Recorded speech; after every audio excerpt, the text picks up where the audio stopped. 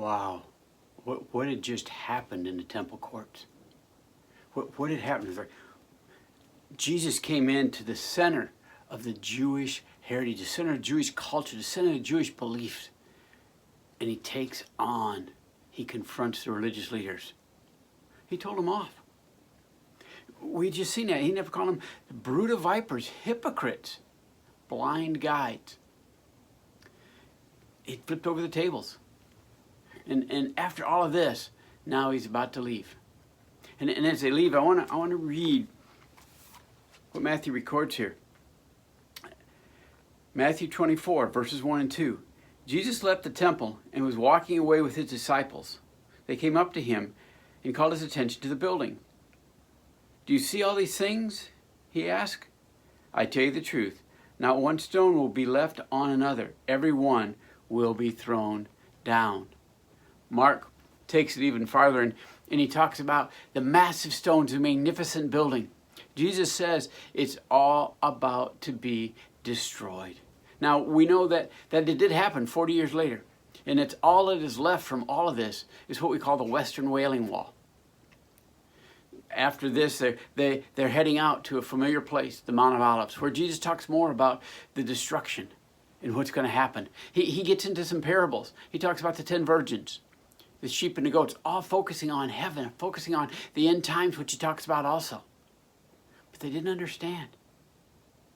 See, they don't always understand. Jesus is challenging them to think differently, to see things differently.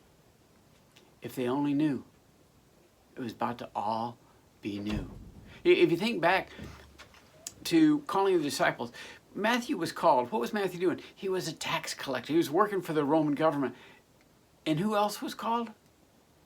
Well, Simon the Zealot, who was bent on overthrowing the Roman government. See, Jesus was saying, think differently, be different. We're going to do things differently.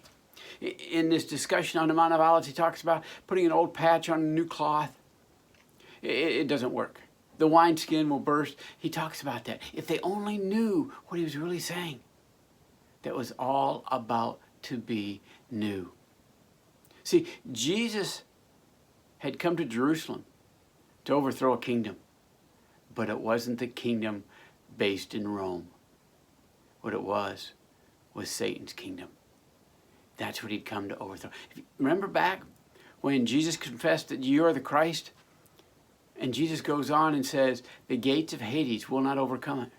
In other words, Jesus was coming to Jerusalem, was coming to the gates of Hades. Not that Jerusalem was Hades, but figuratively to overthrow Satan. It was going to happen in Jerusalem. See, we get so focused, and the apostles were so focused on the physical. And that's natural because we live in a physical world. And because of that, the next few days were really going to be rough for the apostles. But what was about to happen, if they only knew. We do know the story. We know that Jesus overcame the cross, overcame the grave, overcame death. We know the spiritual aspect of that. But if we only knew the significance, how great heaven was, we get a glimpse of it. But if we only knew, it would help us as we put up with things in this earth, put up with the physical ailments, put up with the physical things we deal with, just living in this physical world at times. We looked at people differently. Yeah. We'd be more interested in reaching out and helping others grasp what heaven is all about, if we grasp it, if we only knew. See, we need to think differently. We need to see things differently. That's what Jesus' ministry is all about. Challenging us to see, to think differently. If they only knew. If we only knew the true wonderfulness, the true greatness of heaven and what it would be like, how would that change our lives? If we only knew. Stay safe.